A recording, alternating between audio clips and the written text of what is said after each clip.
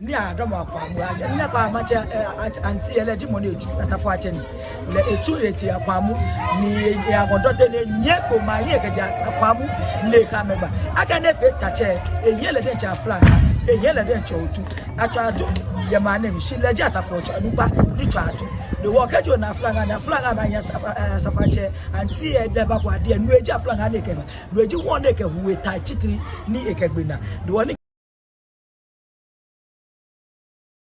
shibiane anamokoni leba tunaka nuchumo wole jimo no na gbo mo nye mo sha flanga mo ni yo emi do eyi mo no na kele wa nya no kwani wa kwani ehwe yes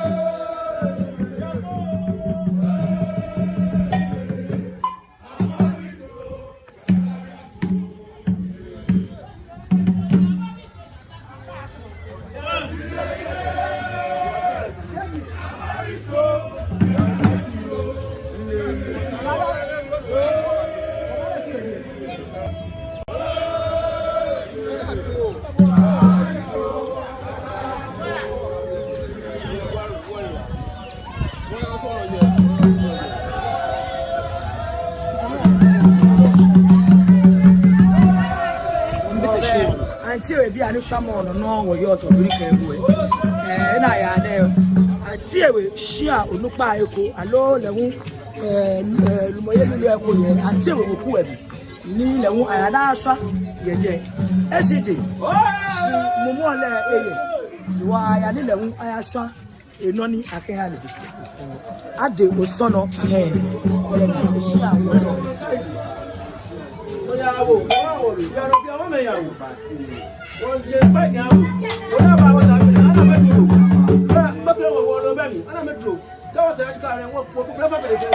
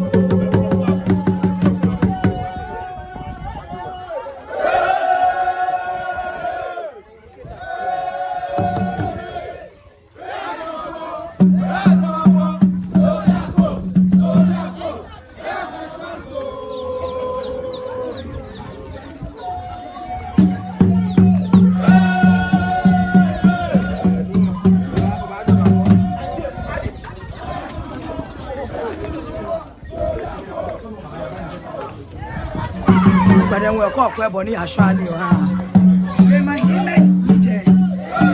And see a way. None of the Fata, like a swani, blame a blame, I'm a guati.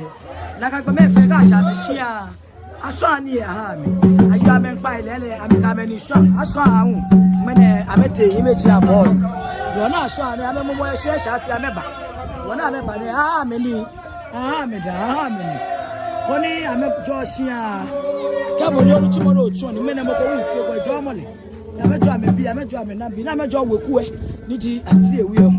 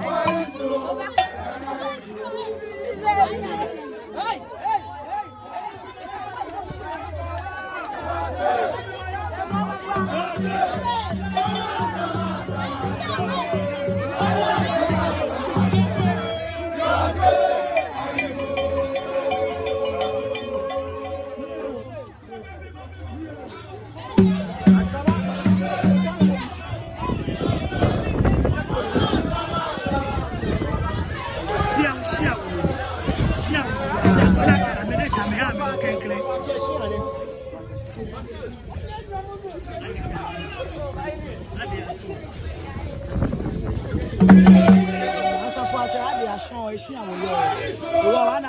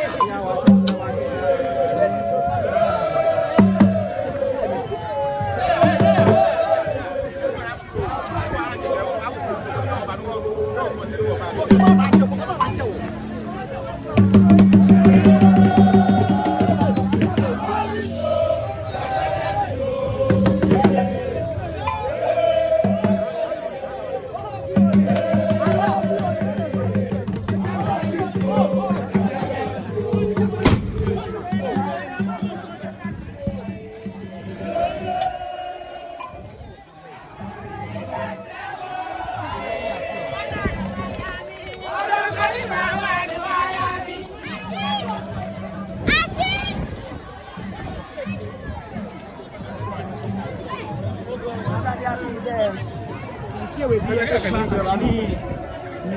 amenya he gogo ameka ngene ame afini amegbele mi ni trake amenya fa me ni di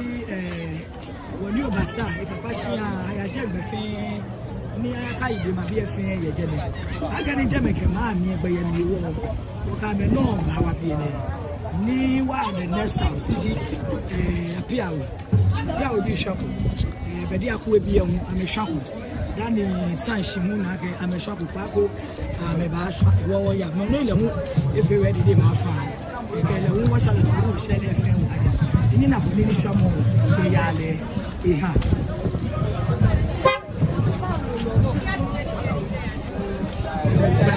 mami eso wa mami eso Africa ni ete afichi ke ni ete e sha fi so lo boni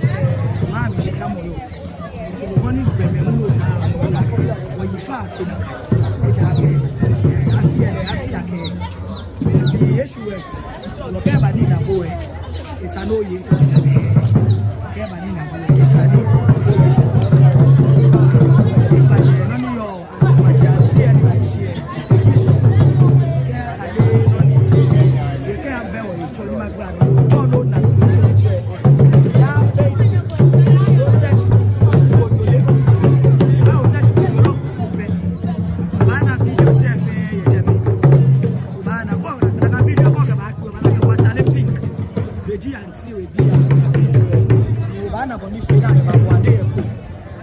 Facebook Onyole Ogusu ni Yoruba na the history behind Auntie we be here in connection with Omi ke I'm a funny yoga atupai nerano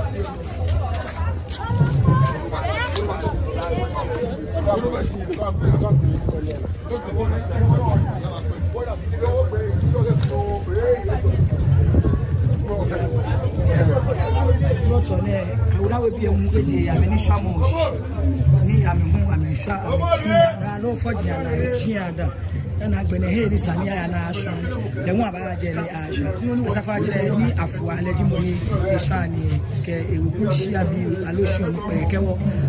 chama, there's a little mafia, I mean, I'm a shiny, or a witch, I wake up, I would be. I say, my affair, I'm a to say, Junibica, a Drawai, and now me. Ni amame telio na mekea na kafi okusu yese jokona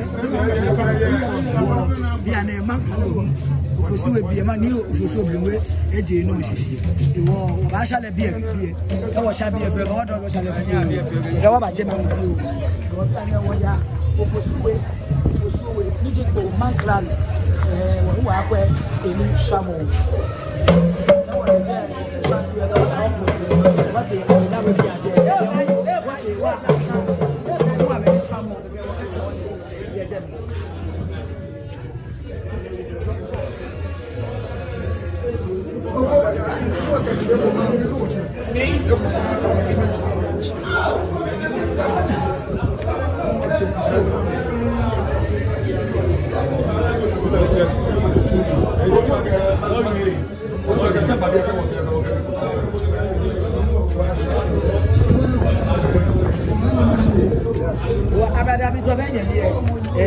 Mancralo, Neo for Soup,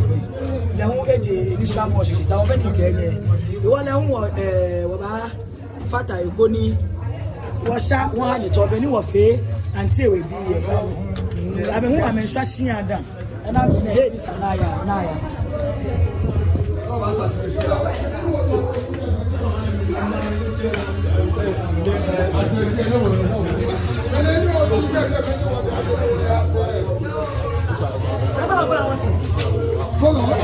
Madam,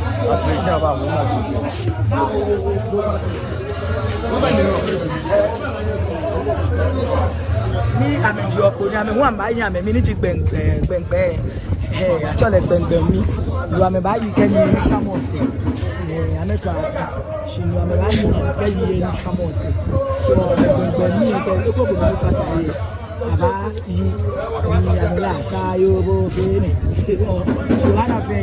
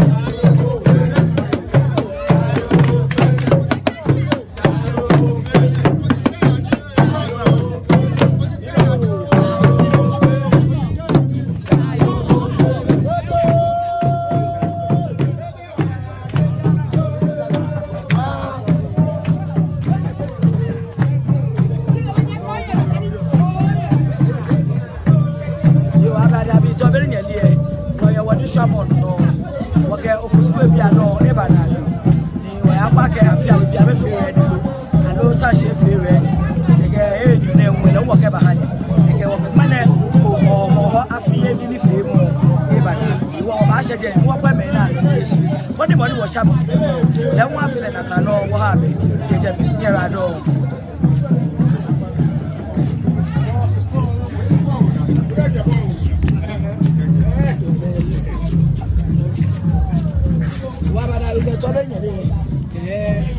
apia we share we that was a journey and lolu amefe ko ready e na kwa ke san shi bi ehun e fe ready no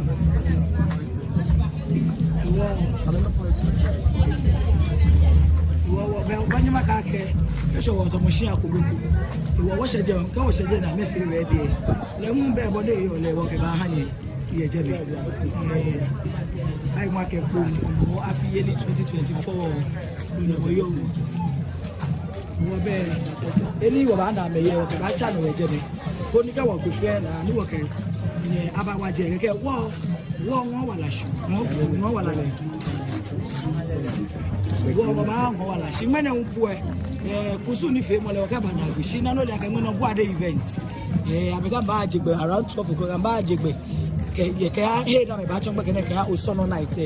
we work at 11 12 me ba ya ke gbe ke na shi by 7 low 6:30 am fa ke bo to for the sono night